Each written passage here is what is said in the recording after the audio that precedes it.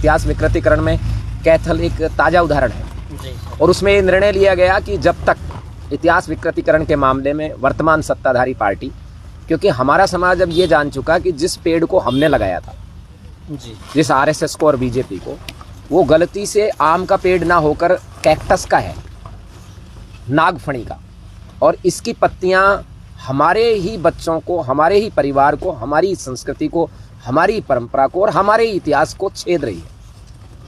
और अब ये कैथल में तो बिल्कुल साबित हो गया। ये जितनी भी मूर्तियां लग रही हैं इतिहास को विकृतीकरण करके, ऐसा क्यों है कि इसको बीजेपी वाले ही लगवा रहे हैं?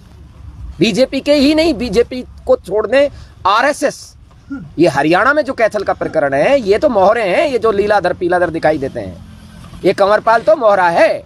असली जो इसकी जड़ है आरएसएस का सुरेंद्रपाल सिंह है, और वो सुरेंद्रपाल सिंह आरएसएस की जड़ अब आरएसएस की जड़ कटवा के रखेगा। ये अचानक नहीं हो रहा है सब काम। एक कमेटी बनी हमारी लीगल, जिसके राजकुमार चौहान और अमित परमार वगैरह उसके एडवोकेट जो है हेड है। जुलाई को जब ये निर्णय हो गया कि अब बीजेपी के क्षत्रिय राजनेताओं का 10 दिन का समय दिया गया है, 9 तारीख से उनका मुंह काला होगा, तब आनन फानन में 31 जुलाई को दंगा करा दिया इन्हीं लोगों ने, ताकि हिंदू मुसलमान हो जाए। लेकिन मैं धन्यवाद दूंगा हमारे युवा भाइयों का, उन्होंने इस दंगे में बिल्कुल भाग नहीं लिया। यहां तक कि अभिषेक राजपूत नाम का बच्चा मारा भी गया लोगों को बचाते हुए, फिर भी संयम बरता। और यह संयम बरता कि जब बीजेपी, बजरंग दल, विश्व हिंदू परिषद का हमने बहिष्कार कर ही रखा है, तो हमारे अभिषेक भाई को वहां जाना ही नहीं चाहिए था। ये कहते हैं कि मुंह में अचानक दंगा हो गया मुंह में। और 15 जुलाई 16 जुलाई के दिन जब शिवरात्रि थी, जलाभिषेक हो रहा था, मेरे गांव की सारी कांवड़ यात्रा नूह पे होकर मेवात में होकर जाती हैं। उनके पास वीडियो है, वो बता रहे थे कि यही मेव उनका स्वागत कर रहे थे, उनको जीरा पानी पिला रहे थे, उनको फ्रूटी पिला रहे थे, छाछ पिला रहे थे, उनके लिए शेल्टर दे रहे थे, उनको फूल मालाओं से स्वागत कर रहे थे। फिर 16 जुलाई में और 31 जुलाई में ऐसा क्या हो गया कि वो दोनों समुदाय जगने लगे?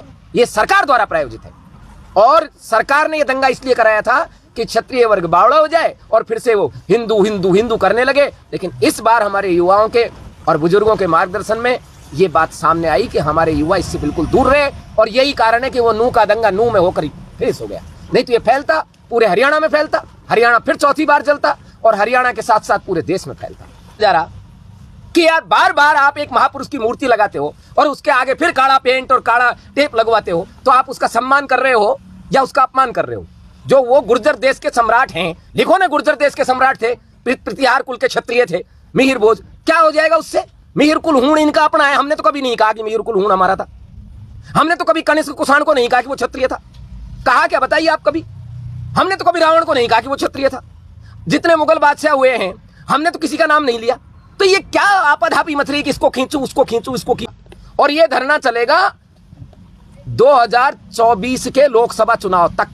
जब तक इनकी एंट्री परमानेंट बंद रहेगी तब इनको होश आएगा। ये समझ रहे 2-4 दिन में उठाए, और ये हाईवे है, धरना बढ़ेगा, हाईवे जाम होगा जब हम जैसा हमारी कमेटी और हमारा समाज इशारा करेगा। फिर ये खरग में भी चलेगा, केलिंगा में भी चलेगा, ये बापोड़ा में भी चलेगा, ये पाली खुडाना में भी चलेगा, ये बसई में भी चलेगा। मतलब शुरुआत तेरना से हो गई है। शुरुआत हुई, ये प्रयोगशाला है। क्यों लगते हैं? ये क्षेत्र के नाम पे लगते हैं। आपने सुना होगा अवधेश, ये तो नहीं सुना कि सूर्यवंद्रेंद्र, सूर्यवंश, ऐसे तो नहीं सुनोगे ना आप, सूर्येंद्र थोड़ी बोलोगे उनको। बिल्कुल बिल्कुल। आप इस तरह से चंद्रवंशीयेंद्र ऐसे तो नहीं बोलोगे, तोमरेंद्र तो नहीं बोले जाते। वो देखिए महाराजा नंगपाल जी के आगे लिखा है, देशो अस्ति हरियाणाख्याम पृथ्वीयाम स्वर्ग सन्निधि, दिल्ली का आख्याम पुरी तत्र तोमरे अस्ति निर्माता। तोमरेंद्र तो नहीं लिखा, तोमरों द्वारा ढिलकापुरी जो बसाई गई हरियाणा नाम का देश है उसमें। तो ये कुल के आगे इंद्र और धीश्वर नहीं लगा करता, क्षेत्र के आगे लगता है। तथ्य तो बिल्कुल साफ है कि वो गुर्जर देश के राजा थे, और वो अकेले, ये कोई एक कुल नहीं है। हर कुल जो गुर्जर से निकलेगा उसके आगे गुर्जर लगेगा, और जब तक उसके कुल नहीं लगेगा उसका देश का कोई मतलब नहीं। अब ये तिगड़ाना है जी, क्या यहाँ के लोग तिगड़ानिया नहीं कहलाते? अमर सिंह चुनाव लड़े थे, अमर सिंह हालूवासिया नहीं कहलाते थे क्या? बिल्कुल। तो हालूवासिया कोई जाति है क्या? हालूवास का तलवारी तो है वो, भैया क्षेत्र का नाम हो गया ना ये तो। इसी तरीके से सिसोदिया है, सिसोदिया कोई कुल नहीं है, सिसोदिया गुहिलोत कुल है। सिसोदा से निकलने वाले गहलोतों को सिसोदिया गहलोत कहते हैं, जो आज शॉर्ट में सिसोदिया रह गया। अब कल को हर सिसोदा वाला कहने लगेगा मैं तो सिसोदिया हूं, मैं भी, मेरा महाराणा प्रताप वाला मेरा कुल का है। तो ये बात को समझने की जरूरत है, ये क्षेत्रवाचक है। अच्छा, एक और कंफ्यूजन है, कई लोग कहते हैं महाराज अनंगपाल तोमर तो पहले पैदा हो गए, सोमेश्वर जी चौहान तो बाद में पैदा हुए, पृथ्वीराज जी उनके नाना कैसे हो गए? अरे फूटे ढोल हो, अनंगपाल तोमर नाम का कोई एक व्यक्ति है क्या? अनंगपाल तो एक उपाधि है। पहले महाराज अनंगपाल तोमर प्रथम जो है उनका नाम तो है विल्हणदेव, उन्होंने वो लाट गाड़ी इसलिए उनका नाम पड़ गया अनंगपाल। और दूसरे अनंगपाल जी महाराज दत्तपाल सिंह है, वो भी अनंगपाल नहीं है, जो द्वितीय हैं वो भी दत्तपाल सिंह हैं। और तीसरे जिनकी बेटी विग्रहराज चतुर्थ को परनाई थी वो थे महाराज मदनपाल जी, अनंगपाल तृतीय, जिनके सीधे डायरेक्ट वंशज पाटन में आज भी बैठे हैं, शालिवाहन जिनके पुत्र थे।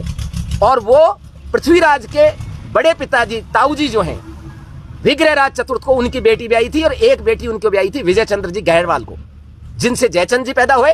और दूसरी बेटी से जो उनका बेटा पैदा हुआ वो लड़ाई में काम आ गया, तब उन्होंने अपने भाई सोमेश्वर जी को गोद लिया, और सोमेश्वर के बेटे थे पृथ्वीराज जी, जो चेदीराज की पुत्री कर्पूरी देवी के बेटे थे। क्या काम? अब फिर मुझे एक बात बताओ, चौहान, तोमर, सोलंकी, इस जाति तो दलित जातियों में भी इसके टाइटल है। बिल्कुल है। तो फिर ये एक दलित भाई भी कहेंगे कि वो दलित थे?